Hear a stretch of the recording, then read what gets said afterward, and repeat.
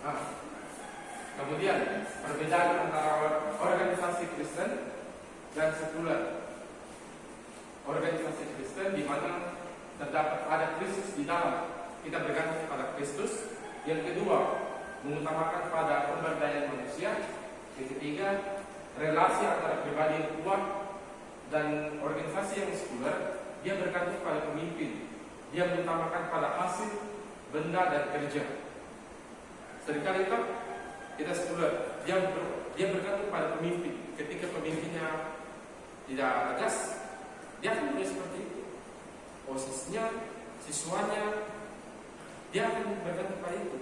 Namun ketika kita bergantung pada Kristus, sekalipun pemimpin kita seperti itu, tetap Tuhan ada.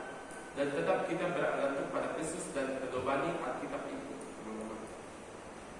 Beda dengan yang lain, organisasi-organisasi yang lain. Ketika pemimpinnya seperti itu, misalkan agama yang lain, dia seperti itu. Dia bergantung pada pemimpin, bukan pada Kristus, bukan kepada Tuhan. Nah, yang kedua, dia mengutamakan pada hasil kerja. Dia terus bekerja, hasilnya dia itu yang dia lihat, bukan manfaatnya pada pemberdayaan manusia. Dia mencari peluang yang bisa ini dia pakai, itu manfaatkan sumber daya teman-teman. Nah, yang ini terkadang dia mempunyai kepentingan pribadi di dalam. Ketika dia jabatan di ketua OSIS, dia kepentingan pribadi. Seenak-enaknya dia memimpin, tapi dia melanggar aturan yang ada, tidak bekerja sama, tidak mempunyai tujuan, visi misinya tidak jelas, kacau. Dia hanya pakai jabatan mereka sebagai menindas orang. Saya ketua, kamu apa? Kamu sebagai apa? Terkadang seperti itu. Ditindak pakai mengangkat. Nah, lanjut. Nih, OIG Gereja Toraja. Apa itu OIG kan? Organisasi. Nah, kamu terus apa? Tidak tahu. Tuhan ini. Kamu kiri. Apa pakai?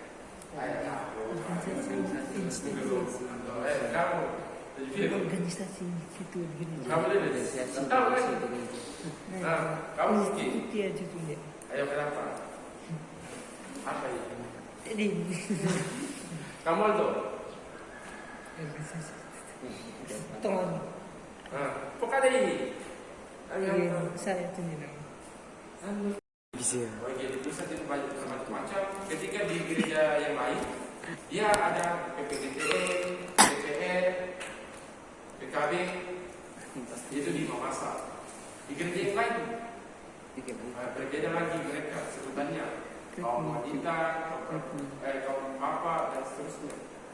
Kalau kita gereja Toraja itu dia tambahkan GT, SNGT, PPGT, PWT, PKB, GT.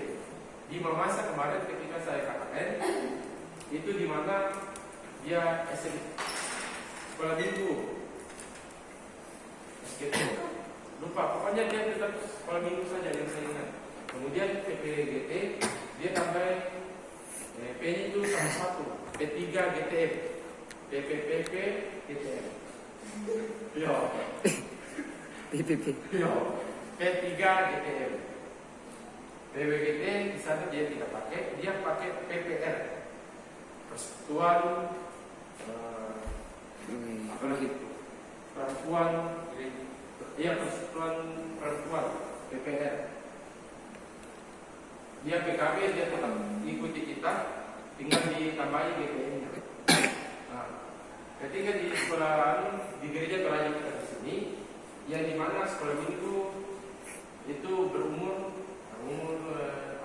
0 sampai 15 tahun. Itu untuk anak-anak. Kalau dia lahir, dia belum ada anunya, mungkin 1 bulan, dia tetap masih itu. Begitu. Nah, fungsinya seperti apa? Sebagai wadah pembinaan perkabaran Injil PI.